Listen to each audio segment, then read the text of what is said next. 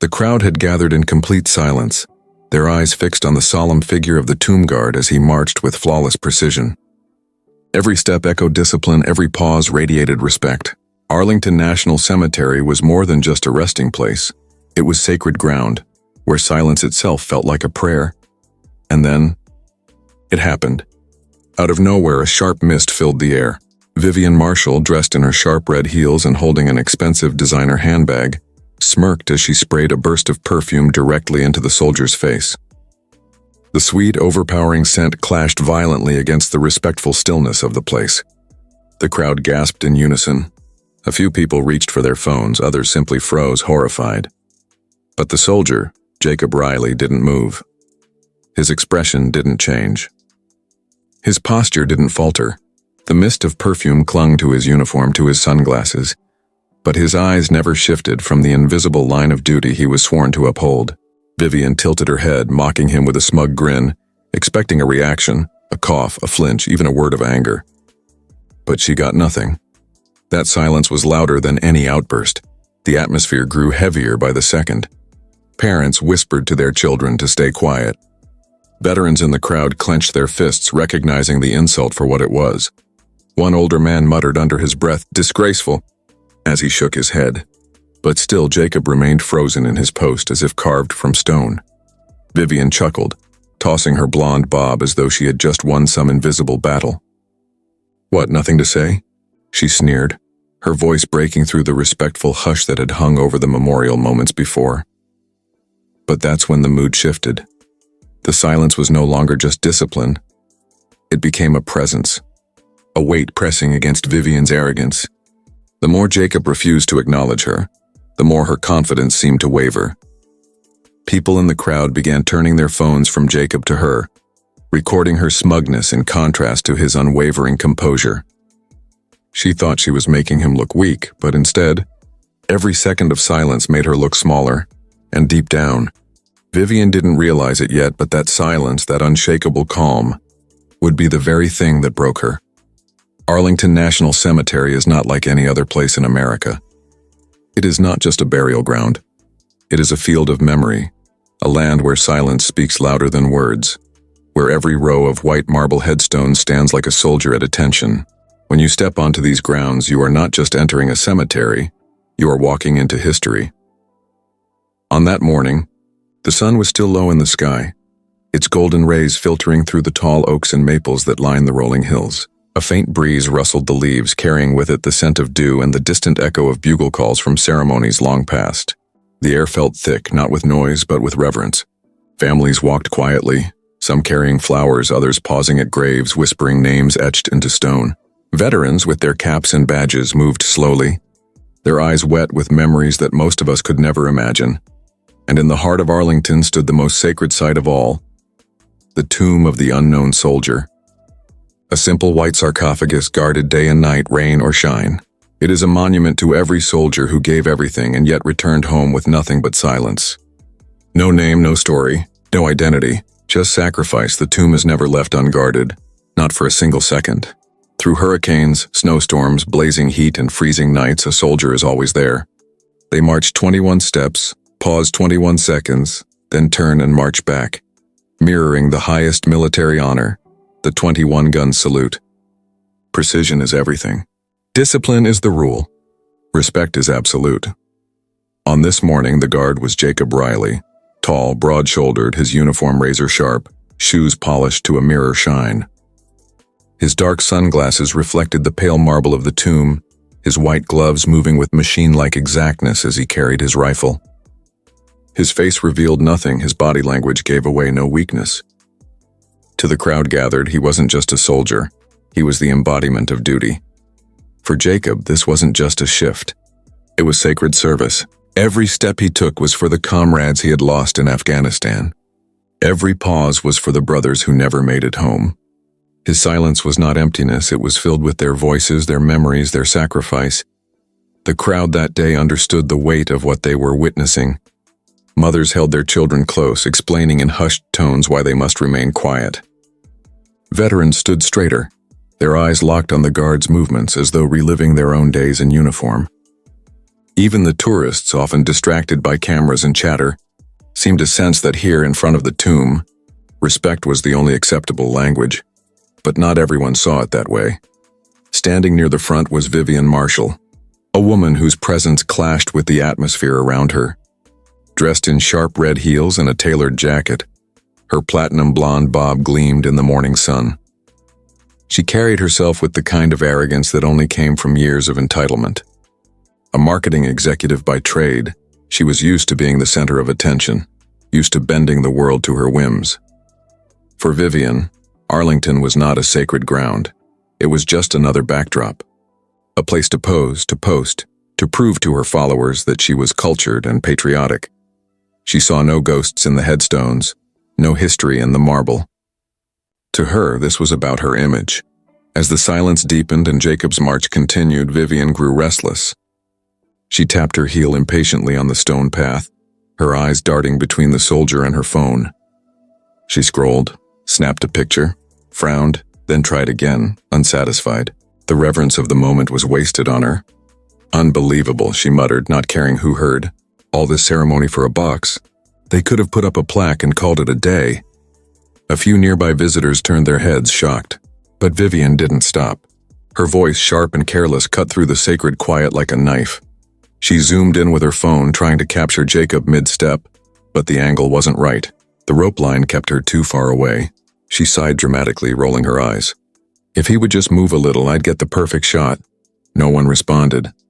The silence of the cemetery swallowed her words, but her arrogance had already cracked the calm. Parents shook their heads. Veterans clenched their jaws. They knew what she didn't, that there are places in the world where silence is not just requested, it is required. Jacob, of course, didn't react. His movements never faltered.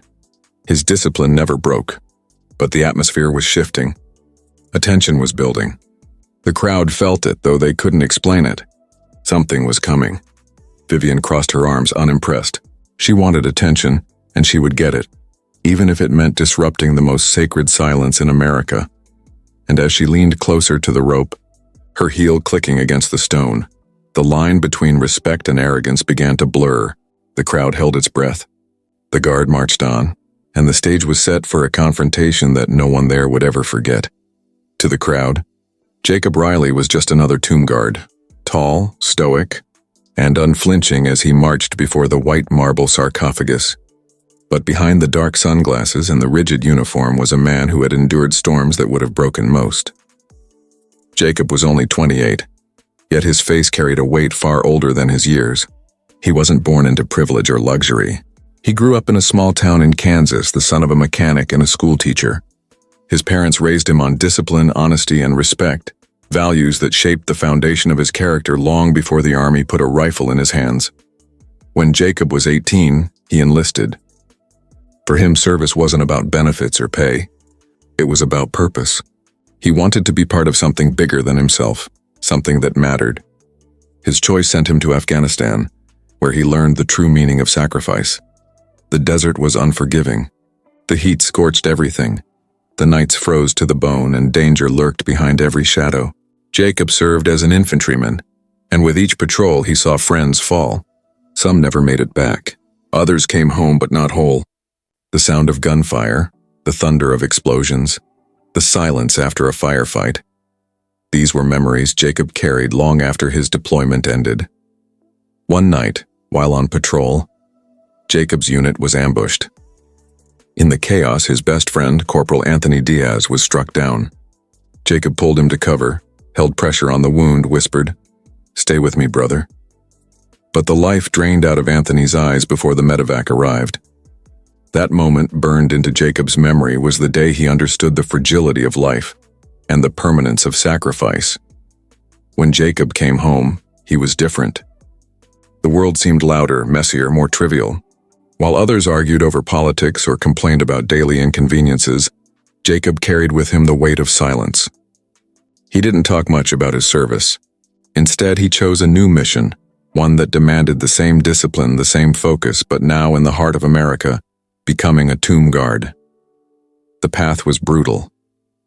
Only a fraction of those who attempted the training earned the badge. Guards were expected to maintain flawless precision, Every step, every turn, every pause had to be perfect. Uniforms had to be immaculate, weapons spotless, shoes gleaming enough to reflect the sky. Guards memorized the history of Arlington, the names of medal recipients, the stories of sacrifice. One mistake could end a soldier's chance forever. For Jacob, the training was more than ritual. It was redemption. Every night, polishing his shoes until his reflection stared back, he remembered Anthony. Every 21-second pause, he thought of the silence that followed his friend's last breath. Every 21 steps, he carried the weight of all those who never came home. When Jacob finally earned his Tomb Guard identification badge, a silver emblem awarded to only a select few, it was the proudest moment of his life. Less than 700 soldiers in history had worn it. It wasn't just a badge. It was a promise. A vow to stand eternal watch for those who could no longer speak for themselves. Now, standing guard at Arlington, Jacob was unshakable because he wasn't just representing himself. He was representing Anthony, the fallen, the nameless. His silence wasn't emptiness, it was their voice. The crowd that morning didn't know all of this, but they felt it. Something about the way Jacob carried himself spoke volumes. His steps were sharp, his posture unyielding. Even children sensed the gravity. They tugged at their parents' hands but remained quiet, as though instinctively understanding the sacredness of what they were witnessing. Vivian Marshall, of course, saw none of it. To her, Jacob was simply an obstacle, a silent figure blocking her perfect picture. His stillness annoyed her. His discipline insulted her ego. She mistook his silence for weakness, not realizing that it was the very source of his strength. Jacob, behind those sunglasses, registered her presence. He saw the flash of her phone, the arrogance in her stance, the dismissive curl of her lip. But his training demanded more than reaction. His oath demanded patience. To respond, to break his composure, would be to dishonor not just the tomb but every life it represented. So he didn't move. He had faced worse in the dust of Afghanistan. He had stood calm while bullets cracked over his head, while rockets fell nearby. He had stared death in the face and carried his brothers through fire. Compared to that, a woman with a camera and a bottle of perfume was nothing. The silence pressed harder on Vivian as Jacob's composure remained unbroken. The crowd's respect grew with each second, and though no one could hear it, within Jacob's chest was a rhythm. Steady and sure, 21 steps, 21 seconds for Anthony, for the unknown, for all of them. The man she thought was just a guard was, in truth, the living embodiment of sacrifice, and soon she would find out just how wrong she had been. If Jacob Riley was forged in the fires of discipline and sacrifice, Vivian Marshall was sculpted by luxury, privilege, and ego. On that crisp autumn morning at Arlington, she arrived not as a mourner, not as a patriot, but as a woman on a mission to be seen. Vivian was 42, the kind of executive who strutted into boardrooms expecting applause. She was the marketing director for a high-end cosmetics brand, the face behind glossy magazine ads and glittering launch parties. Her days were filled with champagne luncheons, photo ops, and power plays disguised as business strategy. For her, life was a stage, and she was always the star.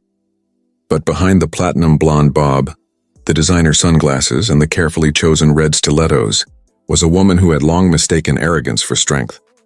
She had built her identity on control, controlling her image, controlling her staff, controlling every room she entered. When things didn't bend to her will, her temper became the tool that forced compliance. Her childhood explained much of it. Vivian grew up in a wealthy Connecticut suburb, the only daughter of parents who treated her less like a child and more like a fragile piece of art. Every tantrum was indulged, every demand granted. While Jacob was learning discipline on football fields and in his father's garage, Vivian was throwing fits when her nanny served her the wrong flavor of ice cream. Where Jacob's world taught him resilience, hers taught her entitlement. By the time she entered the corporate world, Vivian's habits were set in stone. She believed respect could be demanded, not earned. Subordinates feared her sharp tongue. Assistants dreaded her late-night texts filled with impossible demands. "I don't hear excuses, I hear incompetence," she once told a junior employee who dared to question her. That young man quit within the week. To Vivian, his departure wasn't a loss, it was proof of her dominance. So when she arrived at Arlington National Cemetery that morning, she carried herself with the same self-importance that had carried her through boardrooms. She didn't see the rows of white headstones as sacred tributes. To her, they were just part of the scenery. background props for a dramatic Instagram post. She wasn't moved by the silence of the tomb or the precision of the guard's march. She was annoyed by the heat, the crowd, and above all the fact that the soldier in front of her didn't seem to acknowledge her presence. Vivian thrived on control, but Jacob's composure unnerved her. She wasn't used to being ignored. In her world, people scrambled to meet her gaze, to nod at her commands, to make way when she clicked past in her heels. But Jacob didn't even flinch. He stood like a statue, locked into a rhythm that refused to bend to her interruptions. Her irritation grew quickly. What began as a minor inconvenience, her perfect photo blocked by his steady march, soon boiled into full-blown rage. She mistook his silence as a personal attack, as if his refusal to look at her was an insult crafted to wound her pride. The more he ignored her, the louder her voice became, until the reverent hush of the crowd was replaced with her shrill demands. And yet, in Vivian's mind, she was the victim. Years of manipulating situations to her advantage had conditioned her to believe that if she shouted loud enough, played the part of the wronged woman convincingly enough, people would side with her. She had won countless arguments this way. Waiters, hotel staff, even corporate rivals. Why should today be any different? The answer was simple. Arlington was not her boardroom, and Jacob Riley was not her employee. What Vivian failed to understand was that she was no longer in a space where her rules applied. Her power, built on image and intimidation, meant nothing here. The tomb was larger than her ego, older than her wealth, and stronger than her temper. She was up against something she could not bully into submission: discipline, legacy, and honor. But in her arrogance, she pressed forward. Crossing the velvet rope, she stepped where few dared, her heels striking the pavement like a challenge. Her designer handbag swung like a weapon at her side, her perfume bottle ready in her grip. She wasn't just disrespecting a soldier, she was desecrating sacred ground, blind to the gravity of her actions. And yet in that moment, Vivian believed she had the upper hand. She believed her voice, her wealth, and her bravado would make the guard falter. What she didn't realize was that she had just declared war with a man who represented not himself, but the very spirit of sacrifice. The air at Arlington had shifted. What began as a serene morning of remembrance now trembled with tension, a storm gathering in plain sight. Jacob Riley continued his precise march. 21 steps, pause, 21 back. His posture sharp, his focus absolute. To the untrained eye, he seemed oblivious to the commotion bubbling nearby. But Jacob noticed everything. He always did. A tomb guard's discipline wasn't just about sharp movements. It was about vigilance and unwavering readiness even in silence. And right now, that silence was being tested by one woman, Vivian Marshall. Her voice sliced through the stillness, a shrill echo that didn't belong in a place of sacrifice. "Excuse me," she barked, stepping closer to the velvet rope that marked the sacred line. Her heels clicked like warning shots on the pavement. "Do you not see me standing here?" "You're blocking my shot." A few heads in the crowd turned toward her. Parents hushed their children. A young veteran clenched his jaw, fists curling in restrained anger. But Jacob, his movements didn't falter. The dark lenses of his sunglasses hid the burn of irritation, the sting of disrespect. But outwardly, he was the same as ever. Immovable. Vivian scoffed at his silence. She wasn't used to being ignored. In her world, her words commanded immediate obedience. "Oh, I get it," she said with a mocking laugh. "You think you're too important to even acknowledge me, huh? Playing the big tough soldier?" Her tone dripped with sarcasm, but Jacob remained composed. His boots struck the ground in rhythm, each click louder than her insults. To him, her words were no more than passing traffic noise. His focus was elsewhere. On the tomb, on the unknown heroes whose honor outweighed any petty provocation. But for Vivian, that silence was unbearable. She turned to the crowd, her voice rising with performance-like energy. "Can you believe this?" she announced, waving her manicured hand like she was on a stage. "I'm just trying to take a simple picture, and this man, this so-called guard, is harassing me by ignoring me. Is this what the army teaches? To disrespect women?" Gasps rippled through the crowd. Some tourists raised their phones, recording now not the guard but her. Their expressions said it all: disapproval, disbelief, even disgust. But Vivian was too blinded by her arrogance to notice. She believed she was winning, believed the attention was proof of her control, She stepped even closer, her perfume wafting ahead of her. You think you can stand there and pretend I don't exist? Wrong move, soldier. I don't get ignored. Not by anyone. Her voice was tight now, sharp with frustration. An elderly man near the back of the crowd shook his head, his medals glinting in the sun. Frank Thompson, a Vietnam veteran, had seen arrogance before, but something about this woman's escalating anger set his instincts on edge. He moved forward a little, ready in case things went too far.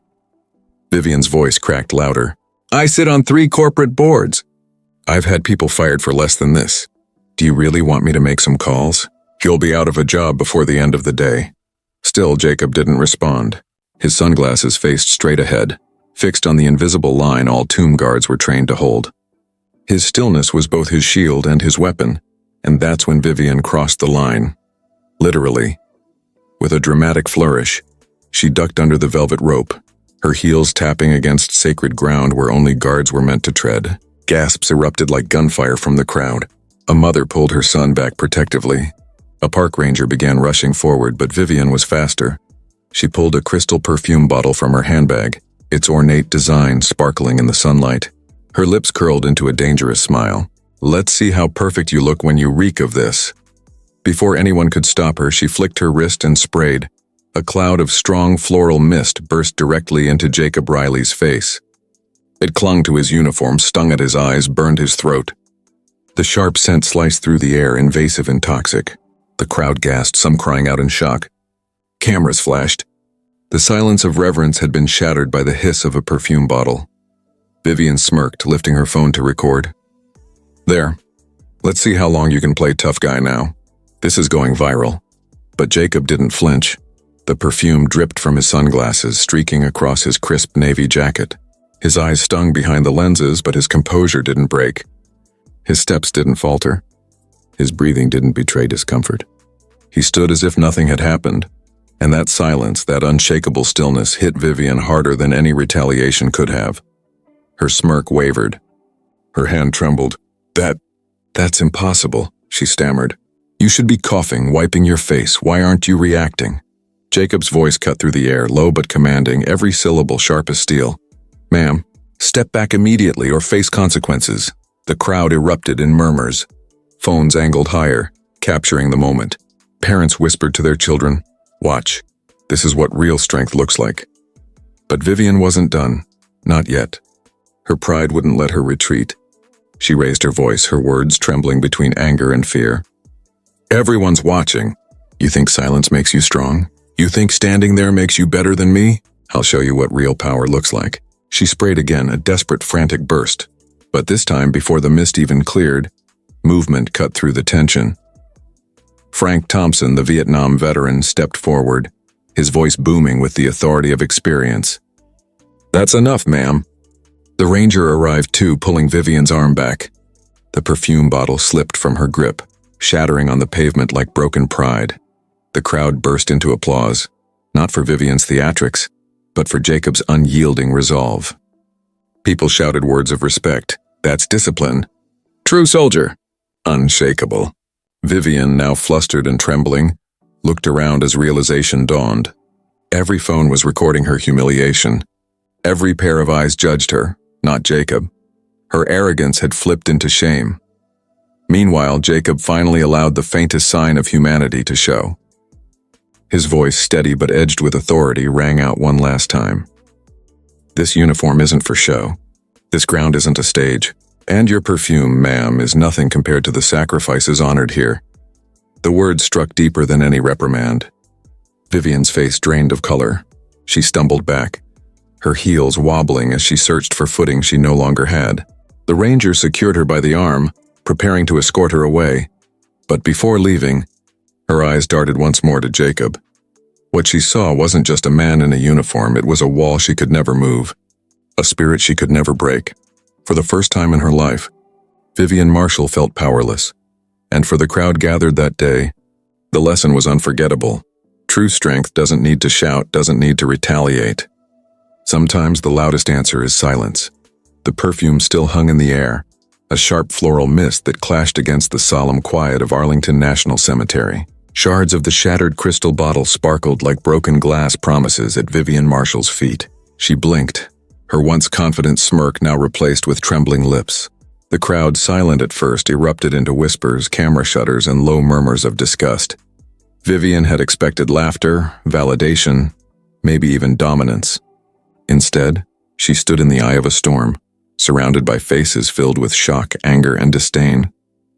What she thought was power had crumbled in an instant. The ranger kept a firm grip on her arm, but Vivian twisted, jerking against him. "Get off me!" she hissed, her voice cracking. "You have no idea who I am. I'll have every one of you fired for this. Fired!" Her voice carried, but it no longer commanded. Instead of power, it reeked of desperation. And that was when another voice cut through the chaos. Quiet. It wasn't loud, but it didn't need to be. The word came from Frank Thompson, the Vietnam veteran, his chest adorned with medals that caught the sunlight. His presence carried the weight of decades of sacrifice of a man who had walked through fire and returned scarred but unbroken. When he spoke, even the air seemed to listen.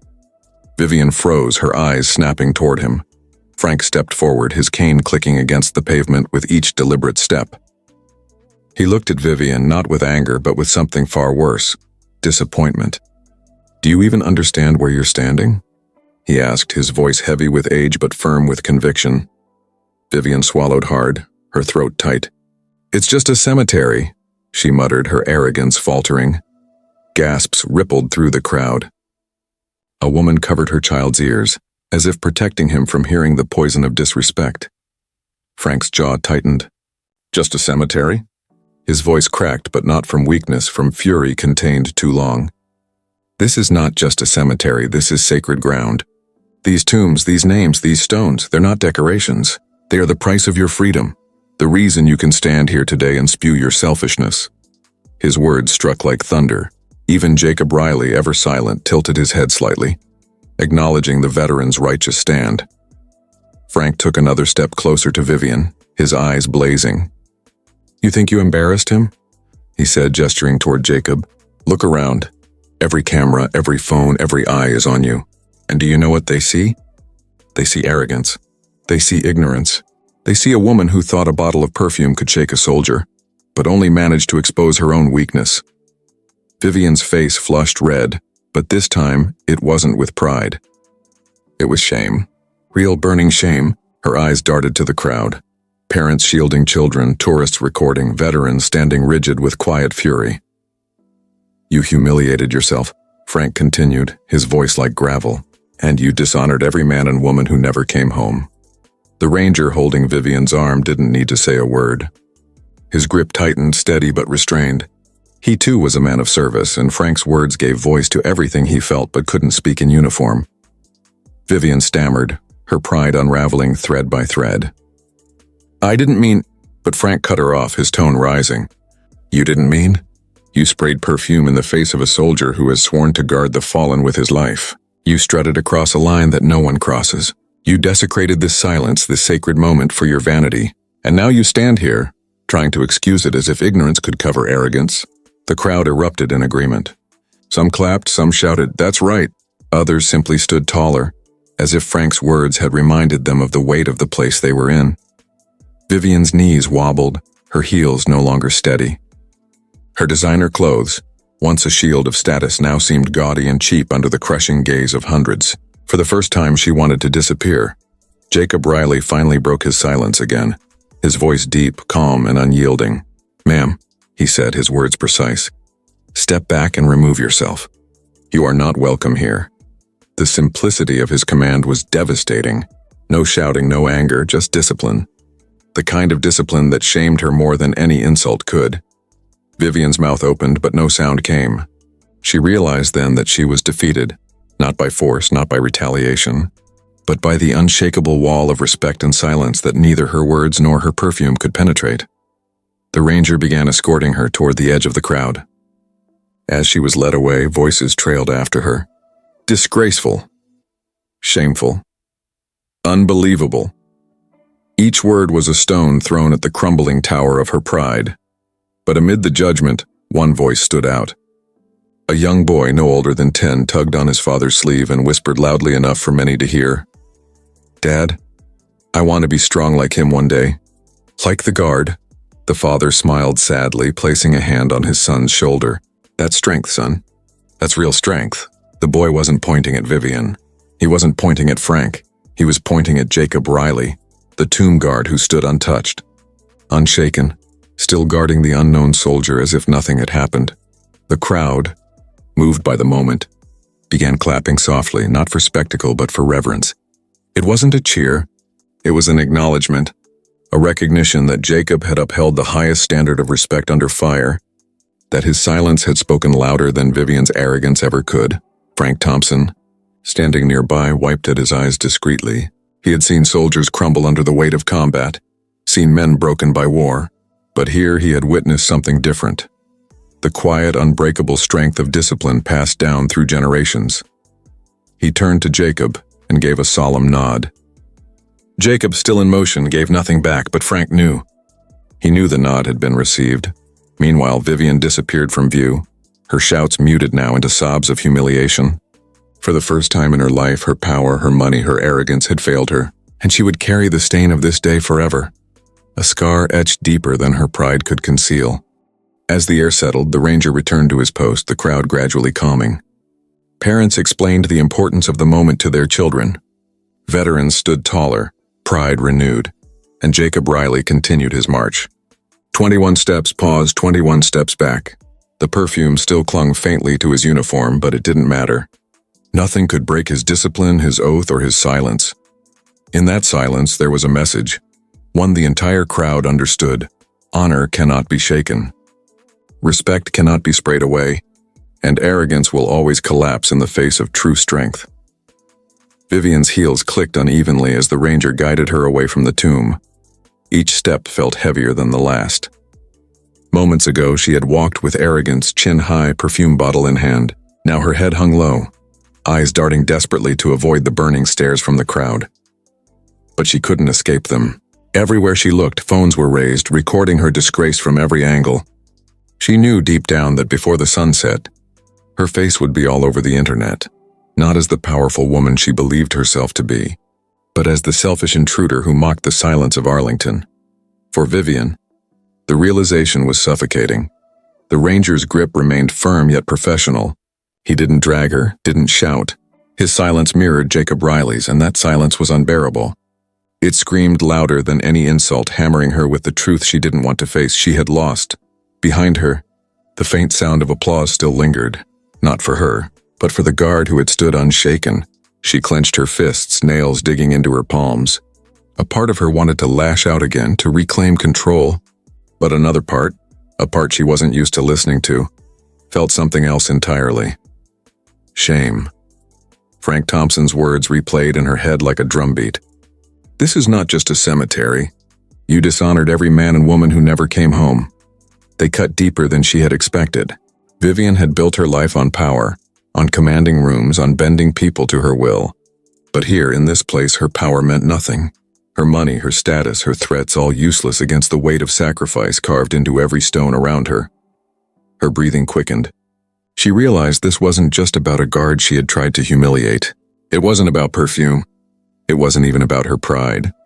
It was about her ignorance, her blindness to the meaning of where she was.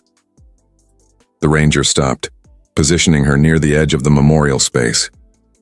"You wait here," he said firmly. His tone carried no anger, only control. He stepped aside to confer with another officer, leaving Vivian standing alone with her thoughts. She looked back. The sight struck her like a hammer. Jacob Riley still marched unbroken, his uniform glinting faintly under the sun despite the faint stains of perfume. His steps were as precise as before, his discipline untouched. He hadn't wavered. Not once. The crowd still watched him, reverent, their earlier shock transformed into admiration. Parents knelt by their children explaining the meaning of sacrifice. Veterans saluted quietly. Strangers clasped hands over their hearts. No one looked at Vivian anymore. She was invisible. Or worse, she was remembered only as the villain of the moment. A sting burned behind her eyes, and for the first time in years, Vivian felt tears welling. She blinked rapidly, trying to push them back, but they betrayed her, sliding down her cheeks. She brushed them away angrily, muttering to herself, "Get it together. Don't let them see you cry." But this wasn't the boardroom. This wasn't a corporate negotiation. This was a battlefield of honor, and she had already lost. Frank Thompson noticed her from a distance. His gaze softened slightly, not forgiving, not excusing, but recognizing the cracks in her armor. He knew what regret looked like. He had seen it in young soldiers, in leaders who had made costly mistakes. But here, regret was different. It wasn't about lost battles, but about lost respect. He walked closer, cane tapping steadily, until he stood near enough for Vivian to hear him. His voice was quieter now, but no less firm. "Humiliation fades," he said. "But regret? That stays. You'll carry this with you, and maybe, just maybe, it'll change you." Vivian lifted her eyes to him, searching for contempt, but there was none. Only a hard truth she couldn't escape. Her lips trembled. "I didn't know," she whispered. Frank shook his head slowly. "You didn't want to know. That's the difference." His words landed heavy, final. He turned and walked back toward the crowd, leaving her standing there, tears slipping down silently. For the first time in her life, Vivian Marshall had no audience to impress, no followers to command, no applause to chase. She had only herself and the crushing realization of what she had done. She looked again at Jacob Riley. His silence, his stillness, his strength. It wasn't just discipline. It was a mirror, showing her everything she wasn't. And that was when the full weight of regret hit her. Not because the world had seen her fall, but because, deep inside, she knew she had disrespected something greater than herself. The sun had begun its slow descent, casting long shadows across the white marble stones of Arlington. The silence had returned, but it was no longer the same silence as before. It was heavier now, filled with the echo of a confrontation everyone present would remember for the rest of their lives. Vivian Marshall stood apart from the crowd, her arms wrapped around herself. The ranger had released her after ensuring she posed no further threat, but he stayed close, watchful. She wasn't shouting anymore. She wasn't demanding respect or flaunting her status. She was simply standing there, fragile in a way she had never allowed herself to be. Everywhere she looked, the weight of her actions pressed down on her. The rows of tombstones stretched endlessly, a sea of sacrifice. Each name carved into stone was a reminder of a life given, a story ended too soon, a family left behind. She had walked into this place blind, thinking only of herself, and now she felt those names staring back, accusing her without words.